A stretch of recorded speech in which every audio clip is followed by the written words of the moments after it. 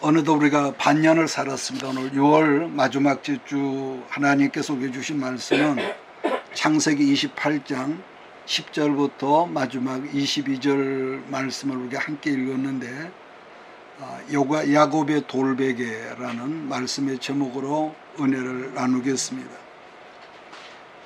여러분, 똑같은 쌀이라도 그 사람의 선호도에 따라서 어떤 사람은 진밥을 좋아하고 어떤 사람은 된밥, 또 어떤 사람은 제가 알고 있는 어떤 사람은 항상 누룽지 밥을 좋아한다는 그런 사람이 있듯이, 여러분, 성경에는 수많은 사람들이 등장을 합니다만은 개인적으로 저는 야곱을 참 좋아하는 편입니다. 그런 점에서 오늘 6월 마지막 주일날 오늘 본문 말씀 창세기 28장은 야곱의 그 집념에 관한 그 이야기거든요. 야곱처럼 개인적으로 저는 열정적인 것은 그렇게 약한 편이지만은 그야말로 야곱은 대단한 열정의 남자였고 집념이 강한 이 남자였다. 야곱의 여러 그 열정 중에 하나를 꼽으라 한다면은, 여러분 기억하시, 야곱이 점 찍어서 그 사랑하는 여인이 있었는데 그 이름이 라헬이라고 그랬습니다. 여러분, 라헬을 자기 아내로 야곱이 삼기 위해서 오로지 그 목적 하나로 7년을 14년을 처갓집에서 소일처럼 100% 무료로 모슴살이를 했다고 성경은 그렇게 말씀합니다. 자, 그런 점에서 생각해 보면은 아까 제가 언급한 대로 야곱은 그야말로 집념과 열정이 대단한 사나이였다 하는 것을 우리가 성경에서 보거든요. 저도 사실 누구나 그 어렸을 때 성장할 때 그런 추억이 하나쯤 있겠지만은, 나도 옛날에 그 총각 시절에 은근히 좋아하는 그 아가씨가 하나 있었는데, 지금도 그 이름을 잊지 않고 있는데, 여러분, 김남님이라는 아가씨였습니다. 그 당시 아가씨는 양장점을 하고 있었는데, 제가 그 아가씨가 마음에 들어서 지금 기억으로 서너 달 정도를 일주일에 한 2번 정도를 그 장문의 그 연애 편지를 계속 보냈습니다. 어떤 날은 김소월의 시, 또 헬바네스의 그 사랑의 시, 또 라이난 누굽니까, 마리아 릴케, 그러니까 좋아 보이고 가슴이 울렁거리게 하는 멋진 시들이라면은 그걸 전부 다 책에서 찾아가지고 매주 그렇게 2번 이상씩을 연애 편지를 그 아가씨에게 보냈습니다. 근데 그렇게 몇 개월을 보냈지만은 이 아가씨가 이러면 답장을 안 하는 거예요. 자, 그러다가 몇 달쯤 있다가 답장을 보내야 하는데, 지극히 간단한 그 문장으로 보내왔는데, 뭐라고 하는 이 아가씨가, 나는 이미 임자가 정해진 몸이니 편지 좀 보내지 말아주세요. 그리고 이 아가씨가 그렇게 신경질적으로 답장을 보내왔습니다. 처음에는 여러분, 젊은 혈기로 얼마나 그 아가씨에게 그 무시를 받았다는 낙심이 되었던지 밥맛도 없어지고 정신도 해롱거리고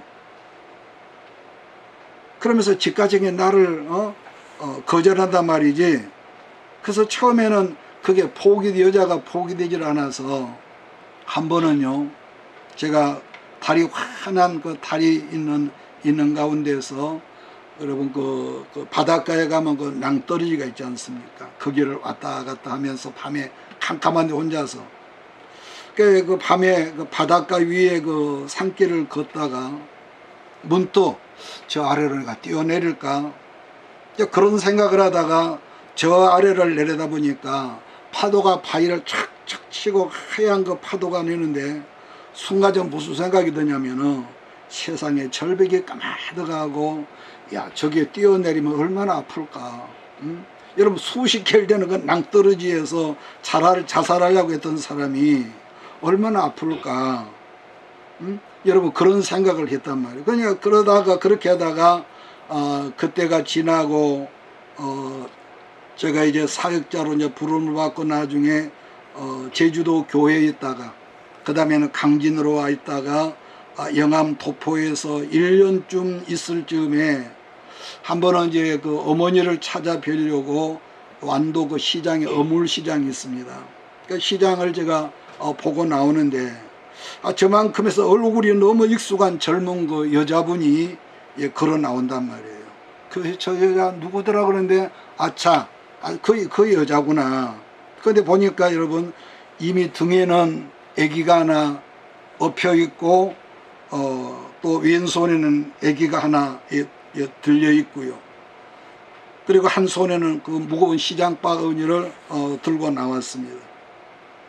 여러분 그때 그 여자분을 제가 바라보면서 물론 그분은 나를 몰랐겠죠. 생각하기를 내가 어떤 생각을 했냐. 야 우리 하나님은 정말로 확실히 나를 사랑하시는구나 생각을 한 것은 여러분 그 여자분이요 그 세월에 얼마나 결혼하고 맛있는 걸 많이 먹고 살았는지 완전히 자유당 몸매가 됐어. 여러분 이 말이 무슨 말인가 모르겠는데 배는 뚝 나왔죠. 젊은 여자가 옆으로 퍼졌지요. 응?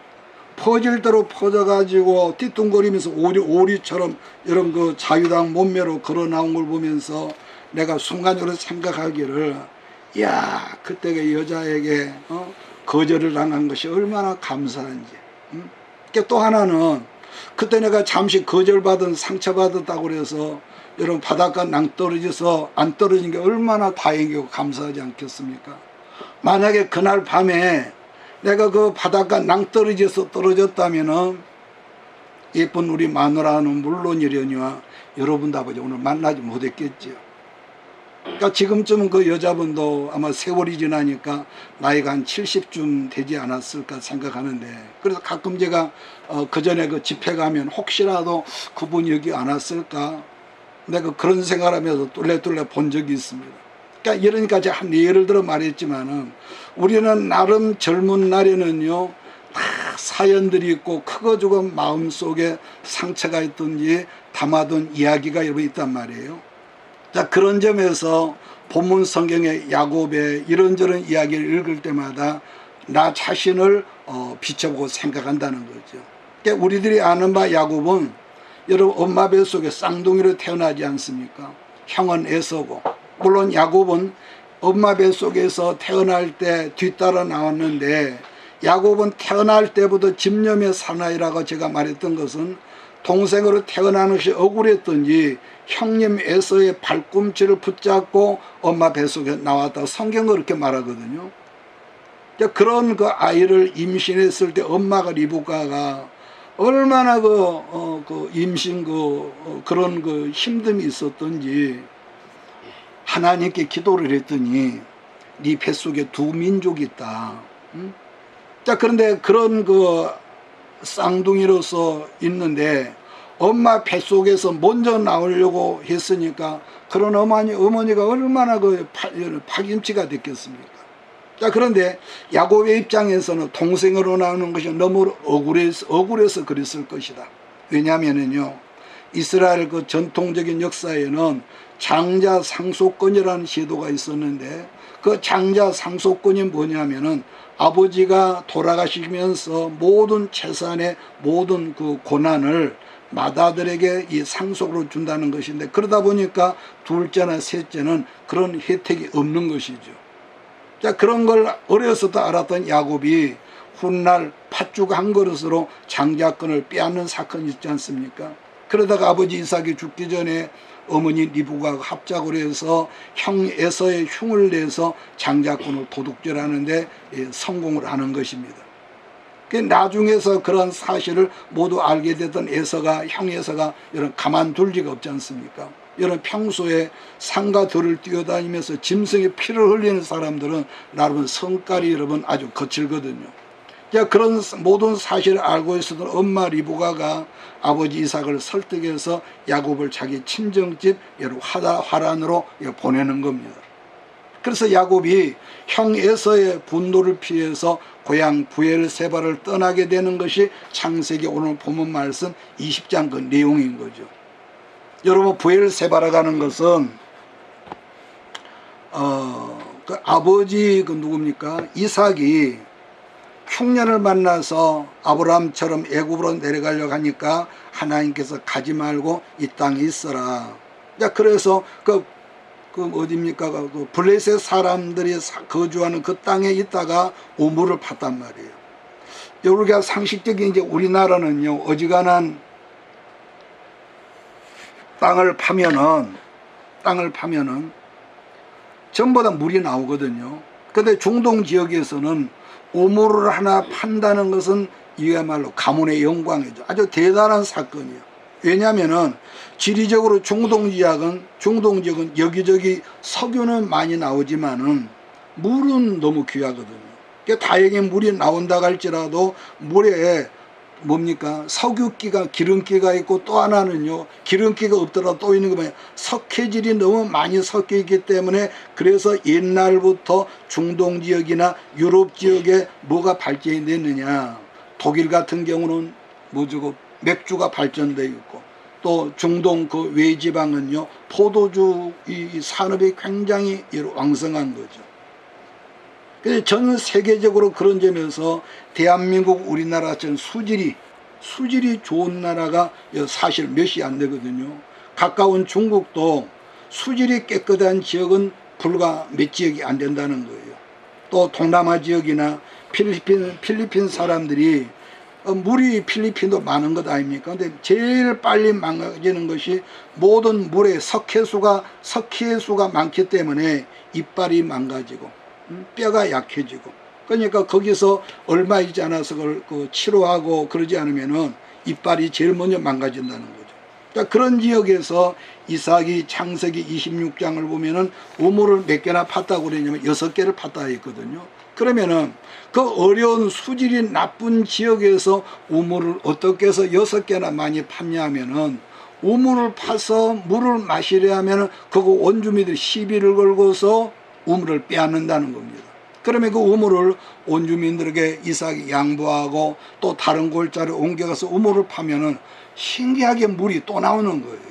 그러면 그 지역의 원주민들이 알고 와서 시비를 걸면은 바보같이 우물을 또 그래 양보를 해버리고, 그것이 여러분 창세기 26장에 모두 6번이 반복돼서 나오는데, 그런 와중에서 이삭이 깨닫는 것이 아니라 블레셋 사람들 원주민들은 뭘 깨달았냐면은, 자기들은 아까 제가 언급한 일평생 우물을 판다고 하지만은 전혀 물이 나오지를 않았는데, 저 바보 같은 멍청이 같은 이삭은 우물을 빼앗기고 옮겨간 후에 또 우물을 파면은 약속에 나는 물이 펑펑펑 나오는 것을 보고 그들이 깨달았다는 것이요. 그럼 뭘 깨달았을까? 아하, 이삭이라는 사람은 그야말로 멍청하고 미련해 보이는데, 이삭이 의지하고 믿는 여호와라는 하나님이 보통뿐이 아니구나. 그걸 깨닫고 나서 자청해서 블레셋 사람들이 이삭을 찾아와서 화해를 한 거죠. 왜냐? 아까 지금 말했잖아요. 이삭은 별것 아닌데 이삭이 섬기는 하나님, 이삭과 함께 하신 하나님이 여러분 무서웠다는 거 아니겠습니까? 자, 그런 이 과정 속에서 그곳에 평화인 진정한 샬롬이 찾아왔는데, 그렇게 해서 그곳 마지막 우물을 부엘세바라고 이렇게 이름을 지었답니다. 그래서 부엘이란 말이 뭐냐면은, 부엘이라는 히브리어로 우물이란 말이고, 여러분 세바는 맹세라는 말입니다. 그러면은 왜 부엘세바라는 이름을 지었냐 하면은, 우물 때문에 계속 시비가 생기고 분쟁이 생기지만은 이삭이 바보같이 계속 양보하고 주고 베풀다 보니까 그런 문제가 있었는데, 이제는 뭐죠? 시비와 모든 분쟁이 끝나고 그 지역에 뭐가 있습니까? 골짜기에 화평이 온 거예요. 이게 지금 이 야곱이 태어난 하나의 어떤 배경적인 역사거든요. 이제 그런 지역에서 살다가 야곱이 형 에서의 모든 것을 도둑질해 갖고 지금은 야곱이 형님을 피해서 도망하는 과정 속에서 오늘 본문 속에 이 스토리가 있는 겁니다. 이제 그런 사건으로 여러분, 고향을 떠나고 형님을 피해 가지고 살던 야곱 속에 늘 걱정과 두려움이 있었을 거 아니겠습니까? 그래서 늘 걱정하던 야곱이 30여 년 만에 이제 그 땅으로 돌아오는 가운데서 야복강 부근에서 형님 에서를 만나서 화해를 하거든요. 거기서 근데 여러분 우리가 구약 성경을 보고 모세 오경을 봐도 중간중간 나오지만은 형 에서의 후손을 성경 보내 에돔족이라고 그러고 야곱 족속을 이스라엘 사람들이라고 그러는데 이 두 족속이 계속 분쟁을 하고요. 뿐만 아니라 남왕국 이스라엘, 남왕국 유다가 망할 때도요. 누굽니까? 그 바벨론 군대 앞잡이게 됐던 사람들이 누구냐면은요. 에돔족이거든요. 에돔족. 그래서 시편 130편인가 보면은 이스라엘에 그들을 저주하는 게 있어. 에돔족이 쳐들어가지고 오니까 뭐 옛날 어른들마다 때리는 시어머니보다 말리는 뭐 누가 밉다는 그런 좀 거리가 있는 그 말이지만은 에돔족이 들어와가지고 그 남왕국 유다의 그 어린 아이들을 바위에다 집어 던져서 얘들을 그렇게 깨서 죽이고 목을 잘라주고 그러니까 에돔족이 그렇게 철천지 원수노들이 있고요. 또 그 다음에 누굽니까? 그 이스라엘이 그 70년간 바벨론의 포로로 가 있을 때에 하만족이 하만이죠. 그 하만이라는 사람이 그게 또 에돔족이었거든요.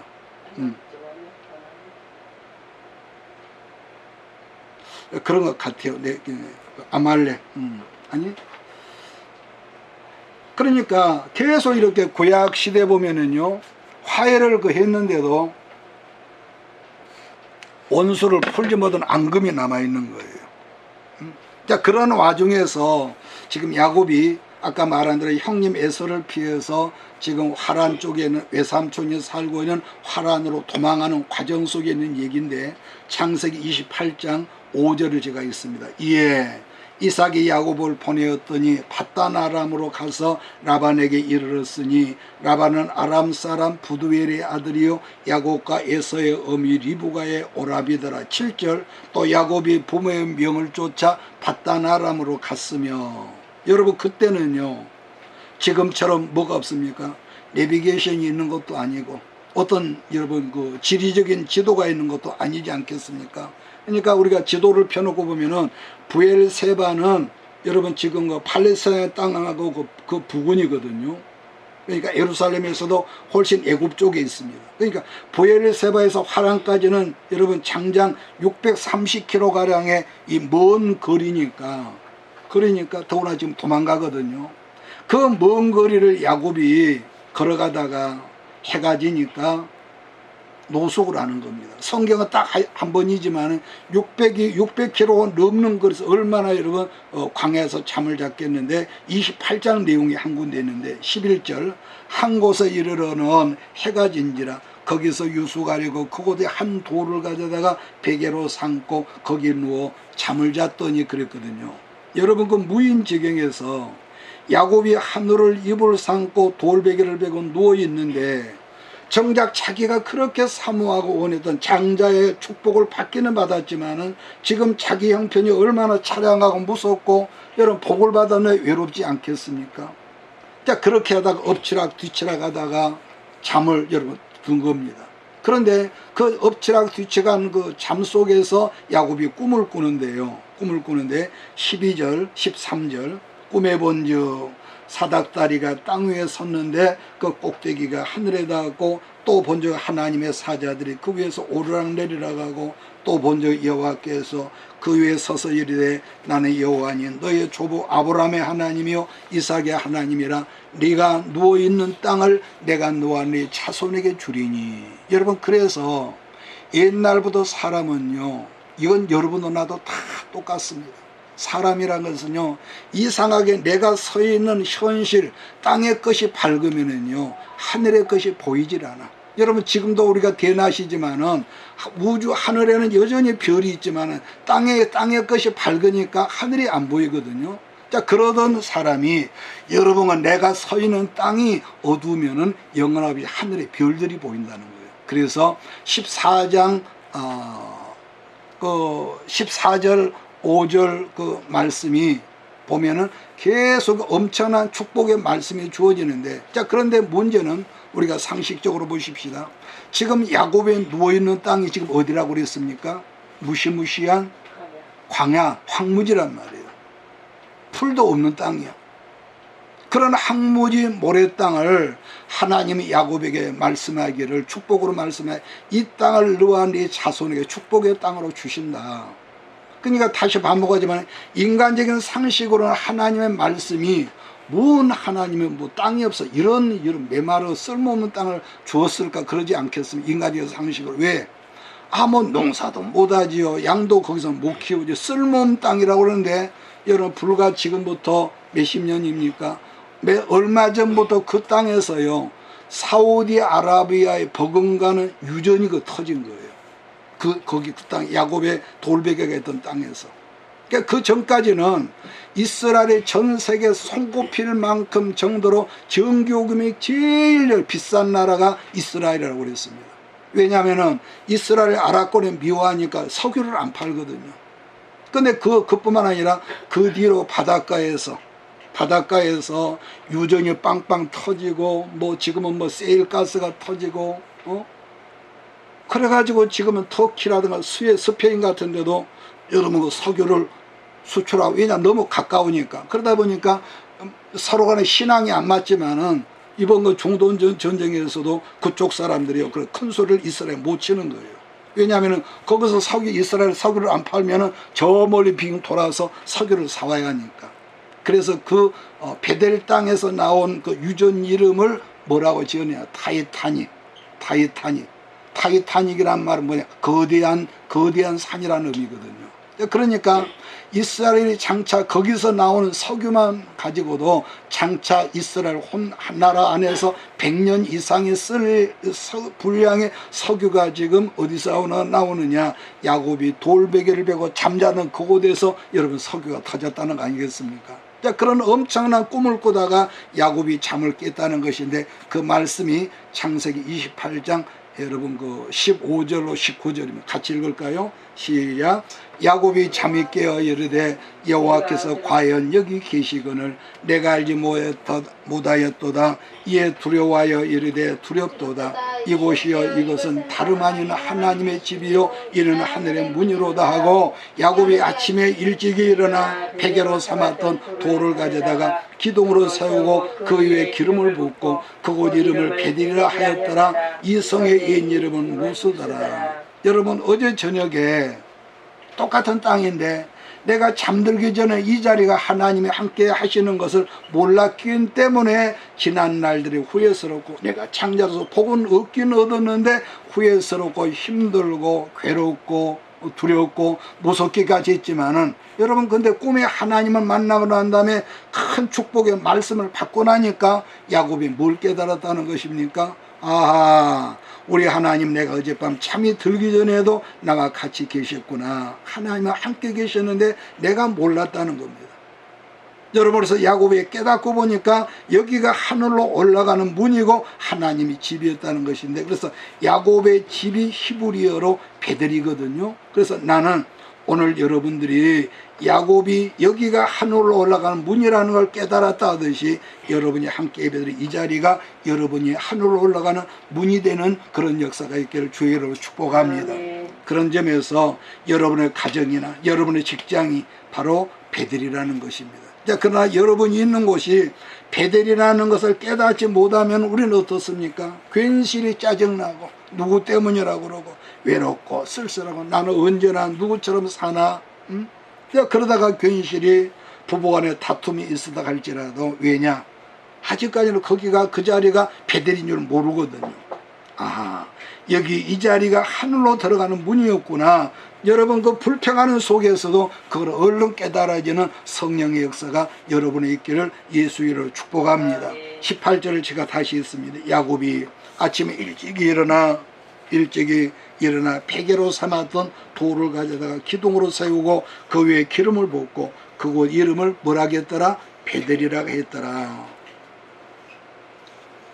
여러분, 야곱이 그날 이후로 바다나람의 그 타향으로 갔다가 얼마 만에 돌아옵니까? 32여 년의 세월이 흐른 다음에 객지로 또 돌다가 뭔가 좀 해보려다가 여러분 그때서 나중에 그 자리에 돌아왔거든요. 그 당시에 야곱이 무슨 서원을 했었냐면은 21절 2절 보면은 내가 평안히 아버지 집으로 돌아가게 하시오면은 여호와께서 나의 하나님이 되실 것이요 내가 기둥으로 세운 이 돌이 하나님의 집, 옛날 개혁 성경은 전이 될 것이요 그랬거든요. 그러니까 30년 동안 뭔가를 자기가 원하는 그 어떤 걸 이루어보려고 이리 뛰고 저리 뛰고 여러분 돌아다니지만 실제로 야곱이 원했던 것은 없단 말이에요. 성경은 앞에로 우리가 보면은 나중에 보면은 양무리가 많고 소가 많고 그래 실제로는 이게 야곱이 원하는 건 아니었단 말이에요. 따라서 오늘 본문으로 보던 창세기 28장 말씀이 찬송가 몇 장인가요? 338장인데 여러분 그 찬송을 아주 보면은 읽고 우리가 노래할수록 그야말로 영감 있는 노래인데 아마 찬송가 38장을 누구나 인생 가운데서 힘듦이 있었고 고난 가운데 살았던 사람의 이 찬송을 여러분 다 부를 줄 아는데요. 왜냐? 내가 잘해보려고 했고 아무리 힘쓰고 애를 써보지만은 길이 보이지 않았을 때 우리는 그때 순간순간 애롭고 여러분 고통스러울 때 또는 인간 생활하다가 누군가의 멸시를 받아 상처를 받았을 때 우리는 조용히 하나님 앞에 앉았을 때 찬송가 338장을 우리가 부를 때가 있단 말이에요. 여러분 기억하십니까? 찬송가 338장 1절을 보면은 거기 이렇게 되어 있죠. 제목 바로 밑에 창세기 28장 그 내용이 11절인가 내용이 거기 아마 있을 겁니다. 그거 보면은 내 주를 가까이 하게 하면 십자가 짐 같은 고생이나 내 일생 소원은 늘 찬송하면서 죽게 더 나가기를 원합니다. 2절 내 고생하는 것 옛 야곱이 돌베개 베고 장갔습니다. 꿈에도 소원이 늘 찬송하면서 그 다음에 죽게 더 나가기 원합니다. 그랬거든요. 제가 오래전에 들었던 여러분 어떤 집회 나가서 들었던 간증인데 신앙이 아주 독실한 장로님이 옛날 얘기입니다. 다른 사람 빚보증을 잘못 썼다가 그게 잘못돼서 감옥살이를 몇 년 했다고 그랬습니다. 그래서 자기가 철이 없어서 빚보증을 썼다가 자기 재산 모두 날려버리고 자기는 감옥에 들어와 있고 근데 하루는 이제 겨울로 들어가는 춥고 외롭고 잠이 오지 않고 있다가 기도하다가 찬송가 338장을 감옥 속에서 얼마나 크게 부르겠어요. 한밤중에 조용히 부르면서 지난 날 회개하고 있었는데 바로 감옥 옆방에서 청년이 말하기를 선생님 그 찬송을 한번 좀 나한테 좀 내가 들을 수 있도록 좀 더 해주시지 않겠습니까? 그러더라는 거예요. 그래서 이 장로님이 깜짝 놀라서 아니 젊은 양반 같은데 누구시길래 여기 와서 이 찬송을 해달라고 그러십니까? 그랬더니 이 청년이 말하기를 선생님 나는 강원도 어떤 산골에 목회를 하고 있는 목사님 아들입니다. 그러더라는 거예요. 아니 목사님 아들이 어쩌다가 이게 들어왔습니까? 그랬더니 아버지 목사님이 강원도 첩첩 산골과 설악산 그를 다니면서 목회를 개척교회를 했는데 그냥 교회를 읽었으면 그대로 있으면 좋은데 목회를 차려가지고 교회가 30명, 50명, 70명 이렇게 교회가 자립할 때쯤 되면 이상하게 후임자에게 물려주고 어려운 시골로 또 찾아 들어가서 개척을 또 했다는 거예요. 그러면 자기 어머니, 사모님이 고생한 걸 자기가 보고 그런데 그게 한두 번이 아니라 자기가 어렸을 때 계속 사춘기 넘고 어른이 될 때까지 그렇게 성장할 때까지 그러니까 아버지에 대한 아들로서 감정이 생긴 거예요. 왜냐하면 엄마 사모님의 고생하고 힘들어 우는 것을 이 아들이 본 거예요. 그러다 보니까 이 감정이 아버지에 대한 감정이 생기니까 예배 드릴 때 유리창을 돌로 깬다든지 아니면은 그 교회 장로님 아들이나 안수 집사님 아들을 찾아가서 이유 없이 두들겨 패는 거예요. 실컷 두들겨 패고. 처음에는 한두 번은 장로님, 집사님 용서를 해주는데 계속적으로 반복을 하니까 폭력을 행사하니까 이번에는 특수폭력범으로 고소해 감옥에 좀 들어와서 3년을 이렇게 언도받고 감옥에 들어왔다는 그런 겁니다. 자, 그런데 그런 와중에서 갑자기 이 장로님이 밤중에 찬송가 338장을 찬송을 부르니까 성령이 역사했겠지요. 갑자기 찬송을 들으니까 자기 어머니 사모님이 생각이 나고 눈물이 나는 거예요. 자기가 아버지 목사님에 대해서 반발로 계속 유리창을 막 깨버리고 교인들 신발을 훔쳐다가 막 강에다 버려버리고 화장실에다 집어던지고 사고를 칠 때마다 어머님이 사모님이 자기들을 붙들고 그렇게 울면서 울다가 이 찬송을 불렀던 이 생각이 났다는 거예요. 그러니까 아까 언급한 대로 한밤중에 형무소인데 장로님이 얼마나 크게 부를 수가 없지 않습니까? 자, 그런데 이 장로님이 찬송가 338장을 이 부르는 소리가 들리니까 자기 어머니, 그 고생하는 어머니 사모님이 생각이 나면서 마치 뭐 바늘로 자기 가슴을 찌르는 것 같으면서 내가 왜 그처럼 우리 아버지 어머니를 내가 힘들게 했을까, 그러면서 눈물을 흘리면서 그 자리에 회개를 하면서 이 찬송을 요청을 했다는 거예요. 자, 그런 일이 있고 난 다음에 그 얼마쯤 있다가 모범수가 돼서 3년이 안 되고 이 청년이 이제 석방에서 나갔는데 얼마쯤 있다가 한 50대 후반쯤 되는 어떤 아주머니가 면회를 와서 모르는 사람이니까, 아니 누구신데 저를 찾았습니까? 이렇게 하니까 장로님, 얼마 전에 형무소 옆방에 있는 청년에게 찬송가 338장을 가르쳤던 청년을 기억하시죠? 그러니까 예, 압니다. 압니다. 또 근데 그 아이 어떤 상관입니까? 그러니까 제가 그 아이 어미입니다. 그러더라는 거예요. 어미입니다. 그런데 어머니 사모님이 이렇게 말을 하는데 얼마 전에 아들이 모범수가 돼가지고 조기 출소를 했는데 형무소를 다녀오면 완전히 다른 사람이 되어서 나왔다는 겁니다. 그러니까 전에는 시간만 되면 깡패처럼 주먹을 휘두르고 교회 유리창을 깨고 다른 사람 예배 참석을 해방을 하고 주먹질하고 그러는 아이가 형무소를 다녀온 뒤로는 그렇게 교회를 섬기면서 그 뭐라고 할까, 완전히 180도로 바꿔진 그런 인물이 돼서 나왔다는 거죠. 그 모습을 봤던 아버지 목사님과 어머니가 놀라서 아니 너 어떻게 변했니 이렇게 하니까 감옥에서 한밤중에 장로님 찬송을 통해서 만났던 자기가 가슴 속에 있었던 엉어리가 풀어지고 회개했던 장로님 얘기를 그렇게 했다는 거죠.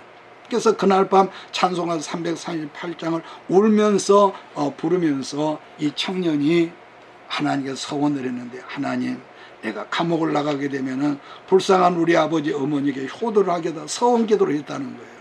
그 말을 하면서 아들이 퍽퍽 울면서 어머니께 내가 이제는 잘하겠습니다. 그동안 그렇게 힘들게 하고 가슴에 못을 박던 아들이 변한 간증을 들었던 목사님 부부가 은혜를 받고 나서 이 장로님을 찾아서 감사 인사를 하러 왔으며 이렇게 간증을 하더라는 거죠. 여러분, 누구나 젊었을 땐 우리가 세상을 잘 살아본다고 엄멍덤멍하고 그러지만은, 근데 우리가 한평생 세월을 살다 보면은 여러분 인생살이라는 것이 그렇게 순탄한 것만은 아니거든요. 그래서 우리가 언제라도 여러분 우리가 기도하면서 말씀을 붙잡고 기도하면은, 요즘에 제가 만난 사람들 보면은요, 젊어서도 가슴에 꿈이 없는 사람은 늙은이가 있고, 늙어가면서도 가슴에 성령으로 꿈이 있는 사람은요 늙은 청년이 있는 걸 저는 봅니다. 그래서 나는 여러분들이 언제 어떤 상황에서도 전능하신 하나님을 믿고 섬기면서 가슴에 꿈을 품는 성령의 사람, 축복의 사람이 되기를 주의 이름으로 축원합니다. 이제 그런 점에서 오늘 우리가 예배를 마치면서 찬송가 우리가 몇 장인가 아까 말씀드린 338장을 우리가 한번 부르면서 오늘 말씀을 끝내도록 하겠습니다. 보니까 천성에 가는 길 험하여도 3절을 보면 있죠. 생명길 되나니 은혜로다. 천사날 부르니 늘 찬송하면서 죽게 더 나가길 원합니다. 그러니까 우리는 그러지 않습니다.